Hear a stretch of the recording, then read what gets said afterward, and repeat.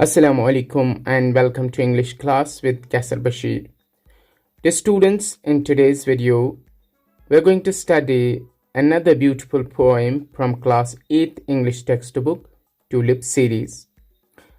But before I disclose the title of the poem, I would like to tell you, keep your notebook, pen or pencil ready so that you can be able to write down all the important information about the poem for future reference.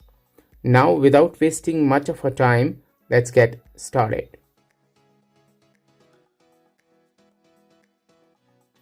Dear students, the poem that we are going to study in today's video is titled as Wrinkles, and this poem is written by Arvind Krishna Mehrotra. As you can see the picture of the writer here, right? So he is the writer. He has written this poem titled Wrinkles. Okay. Dear students, in today's video, I'll give you the introduction of the poem.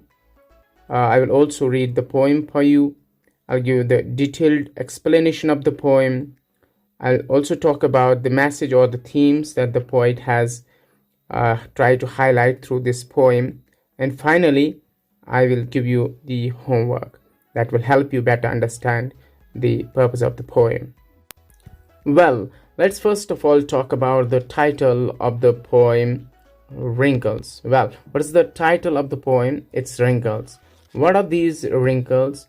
Wrinkles are actually lines, folds, or furrows that you can see right now in this picture. Okay, and these lines actually represent old age. Now the question is, what causes these lines appear on someone's face? Reasons may be many. It can be someone not being successful in his life. It can be the sufferings. It can be the hardship. It can be anything, right? And in this story, in this poem, we are being told about the sacrifices, about the sufferings that a woman undergoes while making her home, while giving birth to her children, etc. And through the eyes of a grown-up and conscious son, we are being told about all those sacrifices and sufferings, right? And this poem makes us realize that Almighty Allah has given us a special gift in the form of mother. So we must be very much careful in talking to our mothers, because our mothers love us unconditionally. They sacrifice their longings for us, their aspirations, all their wishes, right, to make us become good citizens, to make us be on top positions in the world, right?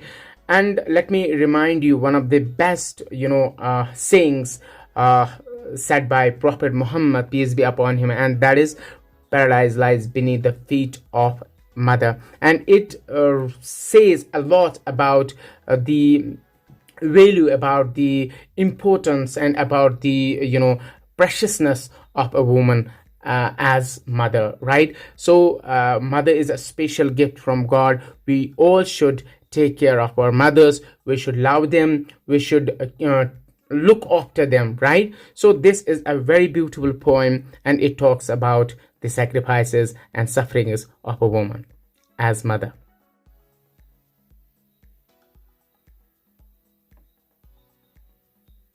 My mother, making bold today, I begin to count wrinkles on your face. One wrinkle of the time when your father uprooted you from the backyard of his house to plant you in the courtyard of others. One wrinkle of that time when I nursed myself on your blood and grew in your womb. Another wrinkle when I sucked from your breast the comeliness of your face.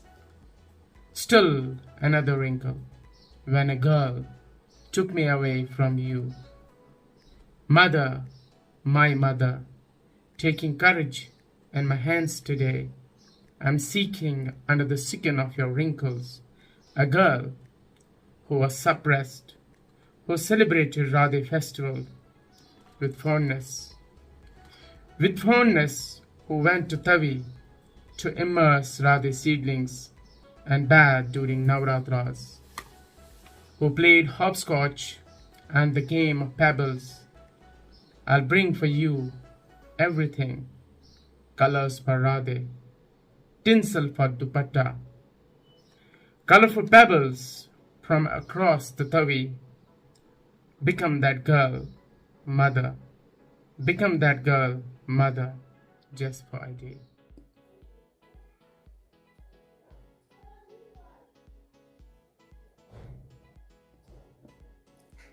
Well, dear students, wrinkles को उर्दू में जुरियाँ कहते हैं, right?